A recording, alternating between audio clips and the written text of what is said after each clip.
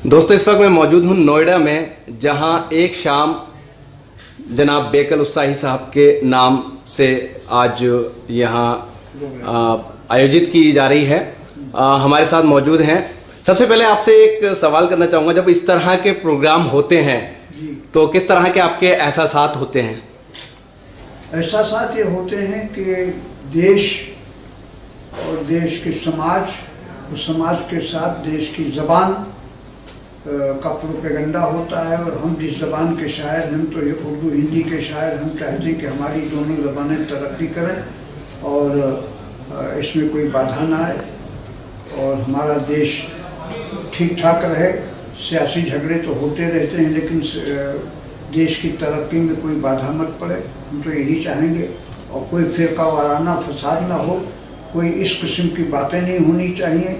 अगर देश में यही सब रहेगा तो देश नहीं चल पाएगा, देश प्यार और मोहब्बत से चलेगा। जिस दौर में आप शायरी का आगाज कर रहे थे उस दौर में उर्दू में गीतों का चलन नहीं था, तो एक एक्सपीरियंस, एक तजर्बा आपने किया था, तो वो जो तजर्बा आप कर रहे थे तो आपको क्या लगता था कितना लोगों को पसंद आएगा? उस वक्त आपके जहन में क्या चल रहा था? पहले तो लोगों को चौंकाया इसने कि ये क्या चीज़ है कि उर्दू बहर में गीत ये इसने शुरू किया। वैसे तो पहले से गीत पढ़ा जा रहा है सम्मेलनों में, मुशायरों में कम नहीं, नज्म कह के उसे पढ़ते, जैसे हफीज जावेद अभी तो मैं जवान हूँ, ये गीत है मगर वो नज्म कह के मारे डेर के पढ़ते थे समझे, तो गीत कह के नहीं पढ़ते। ये खौफ क्यों था कि वो गीत कह के पढ़े?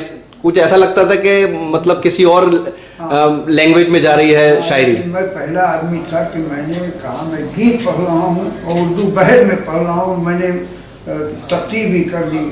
पहला गीत जो मैंने पढ़ा था, रात सुनसान है, राह वीरान है, ठहरो ठहरो अकेले कहाँ जाओगे।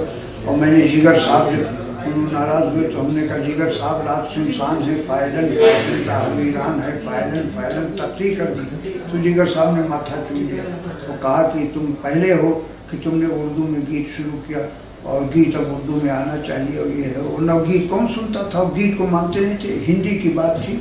तो हिंदी में भी पहले गीत अपनी छंद सुना, अब वो हिंदी वाले बहक गए हैं। पहले छंद है, घनक्षरी है, ये सब पढ़ते थे छंदों में।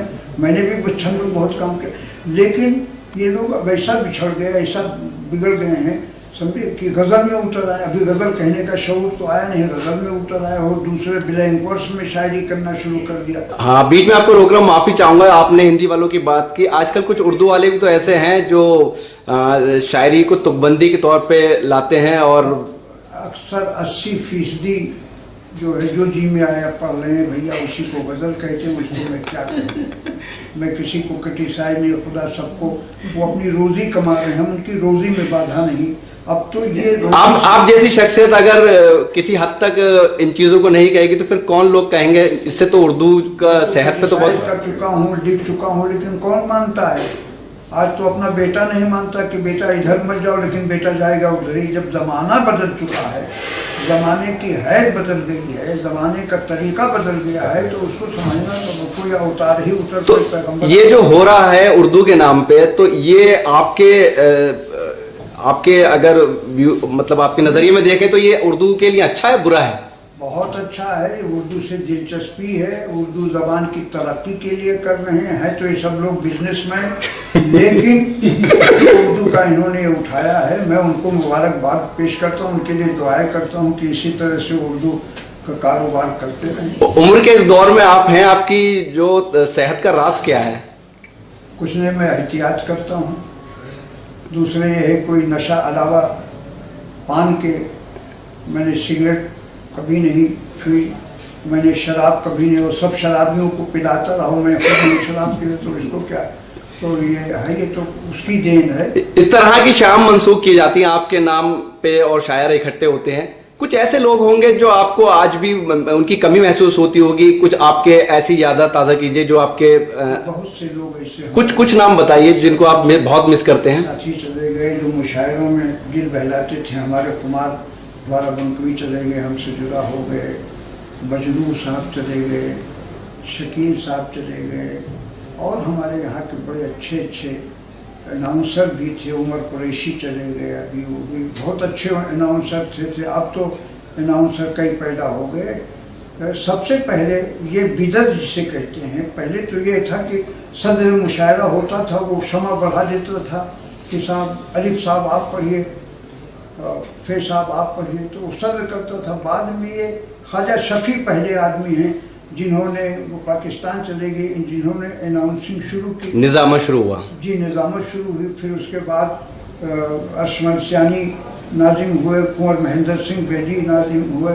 اس طرح سے بہت ایک، پھر بہت بعد میں عمر قریشی ہوئے، اس کے بعد ملک زادہ ہوئے، ملک زادہ کے بھی صاحبزادے بیٹھے ہیں۔ تو اس طرح سے اناؤنسنگ، یہ نظامت جو ہے ایک بدعت جو شروع ہوئی وہ خواجہ شفیع کی وجہ سے، تو اب اس کے بغیر کوئی مشاہدہ نہیں ہو سکتا۔ یہ ضرور ہے بہت سے ناظم، جیسے نام نہیں لینا، کہ وہ اپنا وقت زیادہ لے لیتے ہیں اپنی قابلیت دکھانے کے لیے، اور شاعر کو وقت کم دیتے ہیں۔ یہ نہیں ہونا چاہیے، آپ شاعر کو وقت زیادہ دیجیے، آپ بولیے بس ٹھیک ہے، لیکن اس میں شین قاف اتنا درست کر دیتے ہیں کہ معمولی شاعر کو غالب کا ابا بنا دیتے ہیں۔ یہ سب نہیں ہونا چاہیے۔ بقول ڈاکٹر راحت اندوری، وہ کسی مشاعرے میں کہہ رہے تھے کہ سبھی شاعر کو جو ہے ایک صحیح رکھا جاتا ہے، مطلب ایسا نہیں ہونا چاہیے۔ نہیں، ایسا نہیں ہونا چاہیے۔ اب راحت اندوری آج کے مقبول شاعر، لیکن ادھر کچھ کمی محسوس میں نے کی راحت اندوری کے لیے۔ دیکھیے، ہر شاعر کا ایک زمانہ نہیں ہوتا کہ الف سے اے تک وہ پاپولر ہی ہے، بہت کم کسی کو نصیب ہوتا ہے۔ بڑے بڑے مشہور شاعر آئے، سمجھے، اس پر ناز ہمیں نہیں کرنا چاہیے کہ آج مجھے شہرت مل گئی تو میں کسی کو سمجھوں نہیں۔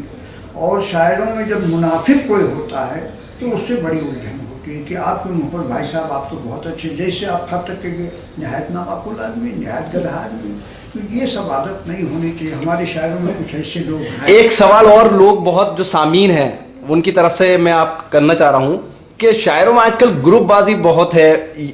اب تو دنیا میں گروپ بازی ہے، سیاست میں گروپ بازی ہے، دین میں گروپ بازی ہے۔ یہ کیا ہے؟ دین میں تمام گروپ بازی، تو بریلوی ہے، میں دیوبندی ہوں، میں فلانا ہوں۔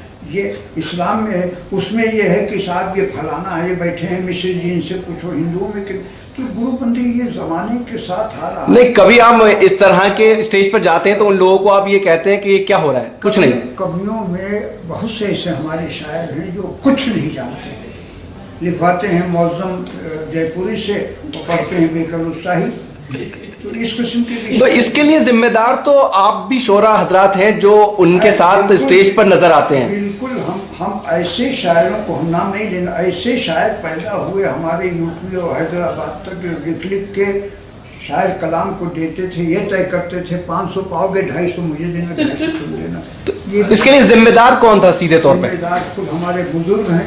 ہم لوگوں نے بہت روکا، شاعر کیا کریں، ہم کیا کریں، ہم تو اس میں بولتے نہیں، ہم تو شروع سے جاتے ہیں چپ پہ بیٹھے، جب مجھے پکارا گیا میں نے پڑھ لیا، چلے جائے۔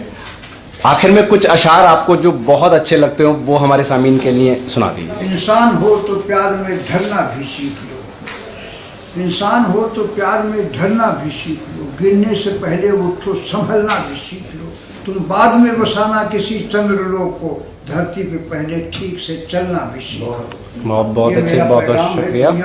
بہت ایک الگ سوال ہے میرے پاس کہ انڈیا اور پاکستان کے لوگ ہمارے جو نیٹ ورک راکی ٹاک پر شاعری کے ذریعے جڑتے ہیں، ان کو ایک چھوٹا سا کیا پیغام دینا چاہیں گے، خاص طور پہ دونوں ممالک کے؟ شاعری ایک ایسی زندگی ہے، میں شاعری کو زندگی بتا رہا ہوں، جو کسی حد کی قائل نہیں ہے۔ کوئی خط کھینچ لیا جائے، بٹوارا کر لیا جائے، نفرت، یہ خط جو ہے، یہ سرحد جو ہے نفرت کی سرحد ہے۔ شاعری محبت دیتی ہے، شاعری احترام دیتی ہے، شاعری زندگی دیتی ہے۔ شاعری کو کوئی الگ نہیں کر سکتا، چاہے پاکستان کا شاعر ہو، چاہے ہندوستان کا شاعر ہو، سب محبت کی بات کرتے ہیں۔ نفرت کی بات جو کرے گا میں اسے شاعر نہیں سمجھتا۔ بہت بہت شکریہ ہم سے بات چیت کرنے کے لیے۔